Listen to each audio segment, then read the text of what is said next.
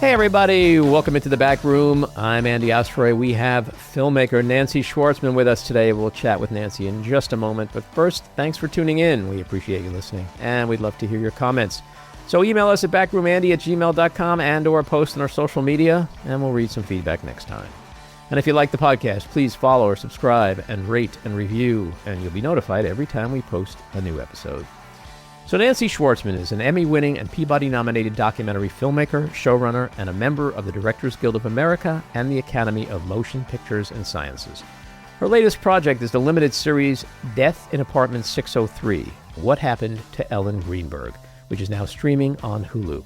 Her other films and series include Sasha Reid and the Midnight Order, the Emmy-winning Victim Suspect, and her debut feature documentary, the award-winning Roll, Red, Roll, which was also nominated for a Peabody Award and exposed the notorious Steubenville, Ohio high school sexual assault case. She is also the author of the nonfiction book, Roll, Red, Roll, Rape, Power, and Football in the American Heartland.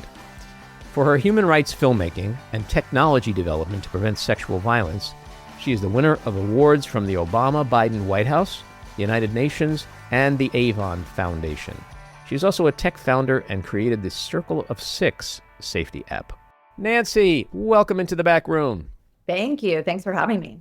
So congrats on the docuseries Death in Apartment 603, What Happened to Ellen Greenberg. It is fantastic. I want to ask you about that in a couple of seconds, but just a couple of things I want to set the table with. The first one is that you were an early grant recipient of the Adrienne Shelly Foundation, named after my late wife. So it's been a real thrill to watch you and your career blossom and be so successful. And Thank you. The other thing is about the film itself. As you know, my late wife, Adrienne, who was murdered in 2006, for about 5 days, it was ruled as a suicide. And so this film really resonated with me on many levels. I mean, I have daughters that are around Ellen's age, and so it just hit me in a very profound way. So I'd love you to talk about the film. Tell us a little bit about the case, and what drove you to tell this particular story. Yeah. Well, thanks so much. And Adrienne's life and legacy certainly lives on, and so helpful to get that early support for my career, and really poignant the parallels between Ellen Greenberg's story, or at least the beginning of it, and, Adrienne's story. So, when Death in Apartment 603, using words like controversial and mysterious are ways to describe Ellen's death. But we can start with Ellen's life. She was, by all accounts, from everyone who talked to her, just like a lovely, lovely person, full of life, funny, tons of friends, tons of different kinds of friends, not a drama girl, brought everyone together, and a really dedicated daughter. She was an only child. Her parents, Sandy and Josh, are like the fighters in the film, and they had wanted more children and they weren't able to. So Ellen was like their daughter. They all lived in Harrisburg, Pennsylvania. So there was this tight-knit like cousins and family, and it was just like a very tight-knit community. What stood out to me about Ellen, she, went to Penn State, then moved to Philly with friends. Beautiful girl, stunning young woman. Everybody kind of admired her beauty, and she was super fashionable and just like up on all the trends. Before there were influencers, Ellen knew, this brand or this technique or this kind of thing to do with your hair. Like, she was just that girl, and like all of us who had a friend like that. So, but everyone, always also says like she just had a heart of gold. She was a first grade teacher in an inner city school in North Philly. Not many of us choose that. It's a super challenging job. She loved kids. She took care of a cousin who died of cancer, a baby. Like, she would leave college on the weekends and go be with her family. And just like, when I think of who I was in college, like if I'd been asked to go home on weekends to take care of a family member, I mean, she just was just super generous and anyway, ready to fall in love, ready to have a baby, ready to have a family, and got engaged to the guy that she thought was like Mr. Right. And his name is Sam. And he was a friend of the family. So, we all talk about meeting someone online versus in the real world. And when you're set up, it feels safer. It feels like, oh, somebody knows him. Okay, they can vouch for him. And, he seemed great. Now, we kind of document the beginning of their love story, and they look really cute together, and they're very happy. But over time, she kind of distances herself from her old friends on some level, gets a bit secretive, and also her mental state starts to deteriorate. So that's kind of a focal point at the beginning of the series is like Ellen in her last weeks and months before her death was anxious. And a lot of it, she would say, oh, it's school. But it's important to note that she'd indicated to her parents that maybe she wanted to come home. And Dad was worried. Dad's like, wait, you worked really hard to get this job. I don't want you to lose your job, right? So if you're anxious about school, we just don't want you to tank it right now, But maybe that's not actually what was going on. She was living in a loft, Venice Apartments, lofts with her fiance, indicating to people that she was unhappy. And then, during this terrible snowstorm, January 2011, her fiance makes this frantic 911 call that's really been scrutinized and says, oh my God, my fiance is dead. And here's where things get really nuts, is that they deemed it a suicide on scene, law enforcement. But Ellen was found with 20 stab wounds on her body and 10 in the back. It was a really thin, shoddy investigation at the beginning. Low crime area, 2 nice kids, right? So the cops say, oh, wow, well, the fiance, he's a nice white middle-class guy. He's visibly upset. He's cooperating. He's not fleeing the scene. There's no sign of intrusion. He's saying she has mental health issues.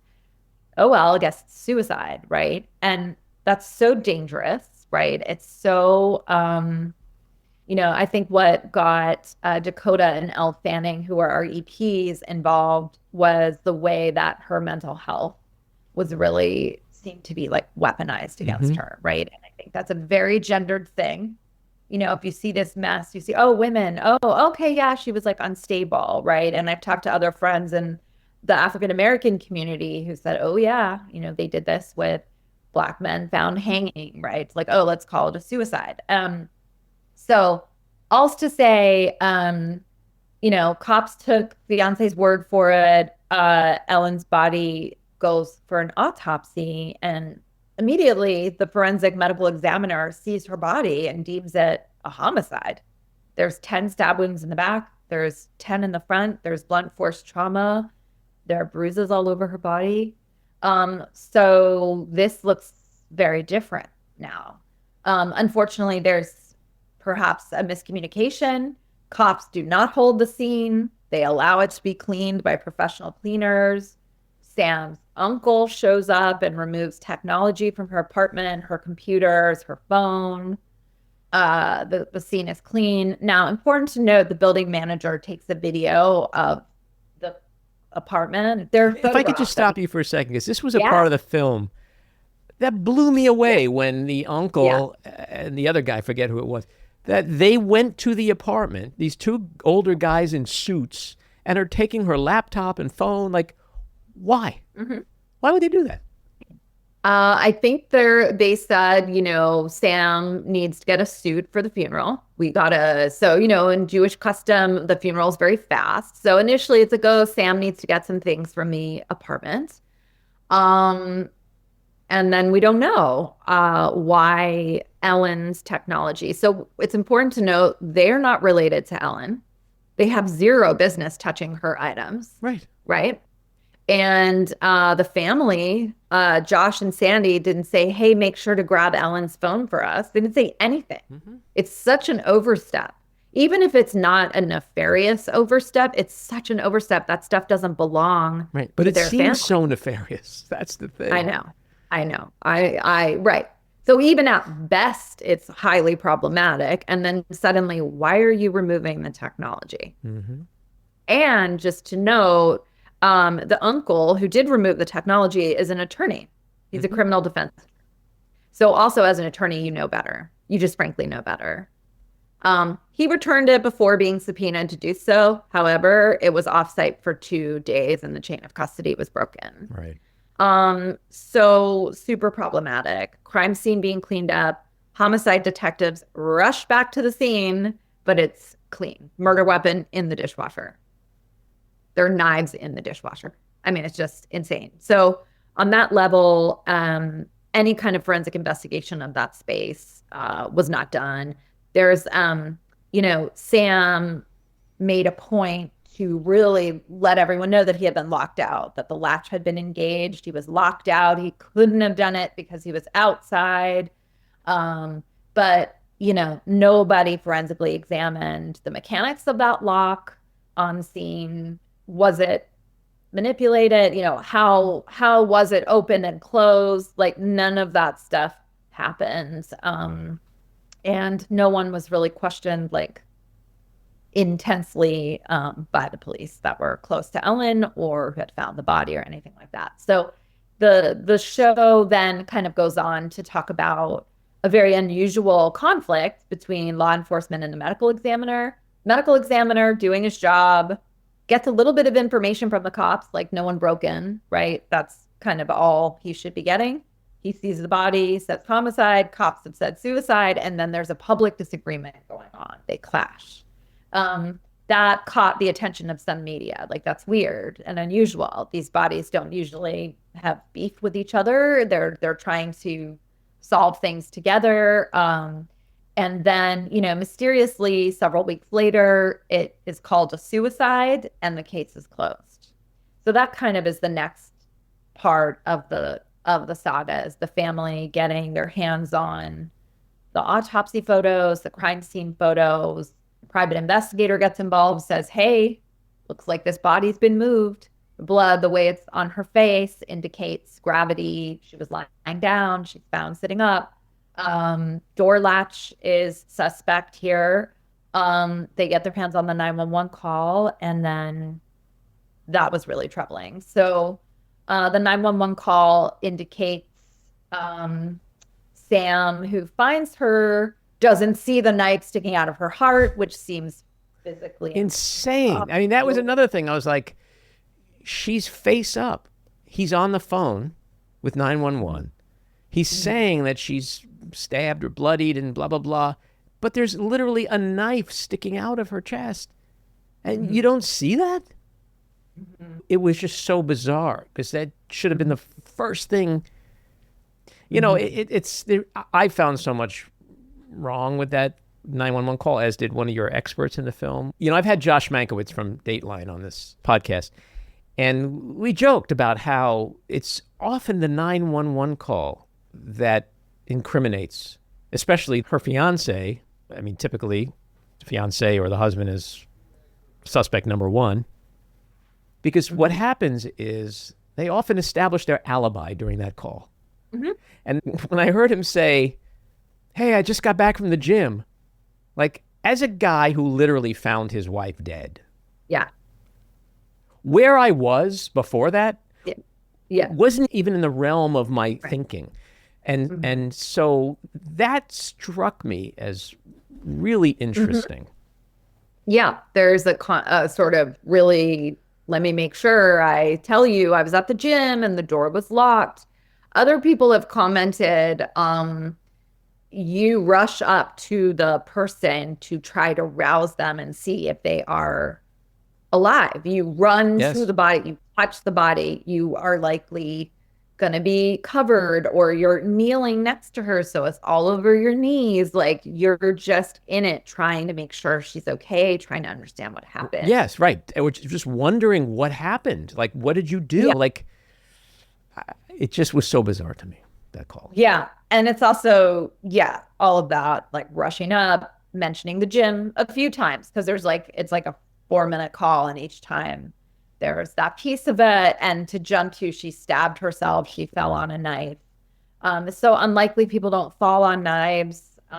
People generally don't stab themselves in the back, right? But the other thing, too, is, in this country, everybody has the presumption of innocence until proven guilty. He was never really investigated. Yeah. He wasn't charged with anything. But again, I come at it from a different lens maybe than a lot of people. But like, if you truly left your fiance to go to the gym and you were in love with that woman and your life was great, and you come back and she killed herself, the love doesn't go away. The desire perhaps to tell her story and defend her doesn't go away. The closeness that you had with her family doesn't go away. But none of that happened here, did it? No, I mean, this is a person who didn't even want to do CPR, right? And he didn't want to be in your film. No. Didn't want to be in the film. Family didn't want to be in the film. Never expressed to the Greenberg family that we should really find out what happened to Ellen. Didn't reach out to her friends in the weeks before her death. Like, hey, I'm really worried about Ellen. Like, she seems like she's having suicidal ideation. Like, nobody in her life reported that, including Sam, including her psychiatrist also. So suicidal ideation was not like looming, even if it's a sudden thing. No, he never reached out and was like, I'm worried about her. Friends, come help, let's do something. So, and he has no relationship with her parents. No, not anymore. Not after he, moved on, got remarried, all of that stuff. Yeah, no relationship with the family. The families are really separate camps. There were a couple of very critical developments this week, 15 years after her death. Tell us about that. Yeah, so the series ends on, a real cliffhanger. There was a dramatic settlement with the city of Philadelphia in February, and the settlement was that the city of Philadelphia would have to re-examine Ellen's case. They have to look at it and, make a determination. Is this truly a suicide, or are we calling it undetermined, or is it actually a homicide? The city agreed with the family on February 3rd of this year to do that expeditiously, which means quickly. Another part of the settlement, in something that happened quite dramatically, was right before February 3rd, the actual medical examiner who reviewed Ellen's, who did her autopsy, said, okay, in 2011, I said it was homicide, then changed it to suicide.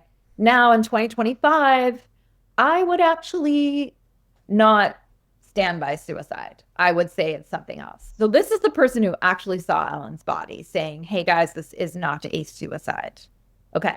So this week, the city finally conducted their reexamination. It's the same medical examiner's office, which is a problem. I think you would want probably an outside body to do it. They reviewed several reports by other doctors. 4 out of the 5 said it was a homicide. They reviewed our TV series, which is interesting. She did not put anything under a microscope, which I find incredibly problematic because it's a medical examination. She found an additional 20 bruises on Ellen's body that hadn't been accounted for. So now we have 30 bruises. And she designated Ellen's death a suicide. And it's insane. And like, it's truly in her outrageous. ruling, she cited surveillance video, which corroborated Sam's alibi. She also said that his DNA, was not found on the knife. But most interesting to me is that she said Ellen suffered from anxiety. And of the anxiety, she said it was, quote, mostly due to her work as a teacher. She was specifically worried that the grades she needed to submit on the day of her death would indicate she had previously given inflated grades to her students. And when I saw that, I was like, what the fuck? First of all, what kind of psychology degrees does this woman have? None. She's None, not. but she's diagnosing. Uh-huh. anxiety to the level of justifying suicide. Stabbing suicide. A violent, psychotic seeming stabbing suicide. Yes. And there's really like no such thing as grade inflation in first grade. Also, like this isn't senior year or junior year. Everyone has to go to college. This is first grade. And I'm going to give that finger painting a B plus. Yeah. We are. We'll see. This bell curve has gone too far. Like, no. Doesn't mean it was easy to teach. Initially, I'd been like, oh, come on, first grade teaching. No, it's like not an easy school. They're big classes, but it wasn't her first rodeo. Her colleagues were like, she was a great teacher, and this was not her first time doing this. This doesn't add up. The teachers in the actual school. But Dr. Simon, who did this report, is not a psychiatrist. She's not a forensic psychiatrist, and she's not a psychologist. A lot of Americans experience anxiety. Nothing about it creates psychosis and a sudden acute suicide. No discussion of what bruises on a woman's body could mean if you're in an intimate relationship. And no examination under a microscope. One of the other pieces of the film is the show. There's a segment of Ellen's body that was kept by the original medical examiner. Maybe he kept it as evidence of homicide. Anyway, one of the wounds showed there seemed to be administered after Ellen was dead. And a doctor described this under oath.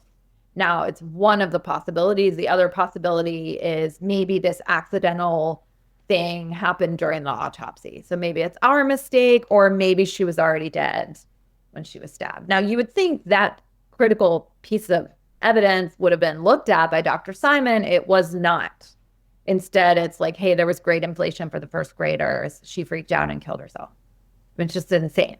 It doesn't make any sense. So it's a really kind of a cynical, non-medical document. And, we've had millions and millions of viewers. And you would think that the powers that be would at least give the family some relief or justice, or give their agencies an opportunity to kind of clear their names here, because this doesn't look good. So what do you think is at the root of this lack of coordination or cooperation between the various agencies, the seemingly unwilling desire to get to the truth? And look, at the end of the day, maybe it was a suicide, but that would be really concluded after a ton of real investigative work. But what you show in the film and what we're talking about today is just the sloppiest of an effort. And so that's what raises the suspicion here that this wasn't done correctly. So why do you think that is? I also want to point out that initially, before this re-examination, in quotes, they had also really leaned into searches found on Ellen's computers as proof of suicide, which is bananas, because the equipment was taken out of the custody of law enforcement, and B, that stuff wasn't ever really forensically examined, and C, you can search any number of things, and the 3 searches they found don't also align with Ellen. I mean, look, there could be at the base of it some basic human error, which happens in a lot of kind of bungled police cases. Like, you hear a lot, oh, they didn't pay attention to the tip, and the family had been saying for ages XYZ, and no one paid attention until someone finally came in and paid attention. So it could have been like a whoops, we misdesignated this from the start, and it created a chain reaction of serious problems. Like, we had no crime scene to investigate. We need to say we made a mistake. And I don't think any law enforcement agency does that easily. I don't think any of these institutions that make massive mistakes. For the record, the Philadelphia Medical Examiner's Office has made horrendous mistakes over the past few years even. They lost the remains of the children that were bombed during the move conflict, right? They accidentally cremated someone they weren't supposed to. Like, they are literally dropping the ball left and right. So that place needs to really clean up its act. And the fact that the Greenbergs had to rely on them as a re-exam. I mean, how do you lose remains? That's your only job, but to hold on to that and do it right, you know? So that agency, oh, and by the way, they've had chiefs of that agency, like, resigning, like, in a revolving door. So that place is a mess. So maybe at the beginning, it's just a lot of human error and nobody wants to admit it. And then maybe that snowballs into just like, we're too far in to this narrative to change it at this point. You know, that would be maybe the simplest explanation. And then if you go on TikTok and Reddit, there are many other theories about why. Yeah. Well, you mentioned Ellen's parents before, Sandy and Josh. They did play a key role in the series. And their determination and relentless 15-year pursuit for truth and justice is truly awe-inspiring, given their grief and the insurmountable challenges that we've been talking about with government. This was a devastating week. How are they doing? You know, for the first couple days, Sandy said that she just couldn't even speak. You know, it was just a total gut punch. You know, she's such a cautiously optimistic person. We talked a lot before the ruling, and I thought, you know, at the very least, they're going to say undetermined. That's just a nice neutral place to say, let's try to figure this out, you know. So I think she thought at the very least that would happen. And so she was devastated. Josh was a little more kind of cynical and ready to be like, of course they're not going to do the right thing. But I think it really gut punched everyone. So they've kind of regained their fights, which is exactly who they are. And they're never giving up on Ellen. And I know their attorney and their team probably wants to try to solicit outside investigation. But, you know, they deserve a break. They say they've never grieved their daughter, you know. So, yeah, it's been a rough week for them. Mm-hmm. Again, the docuseries is called Death in Apartment 603, What Happened to Ellen Greenberg. It's so terrific. It moves in like real time, and it's such an important story. And I hope one day there's a more favorable resolution to this story, because I can't imagine how they said this woman killed herself. It just doesn't make any sense. Thanks for coming on and talking about it. You can stream it on Hulu. It is one of the most popular shows on Hulu, and it's a must-watch. Good luck with it, Nancy. Thank you. Take care. This episode was produced and edited by me, Andy Ostroy. It was co-produced by Maddie Rosenberg and Jen Hammoud for Radio Free Rhinecliff, with additional editing by Maddie Rosenberg, music by Andrew Hollander, and graphic design by Cricket Langell. And with a special thanks to our sponsor, The Epicurean. Again, thanks for listening. Please rate and review wherever you get your podcasts, and subscribe to the Backroom with Andy Ostroy YouTube channel, where you can watch full videos of our interviews. See you next time.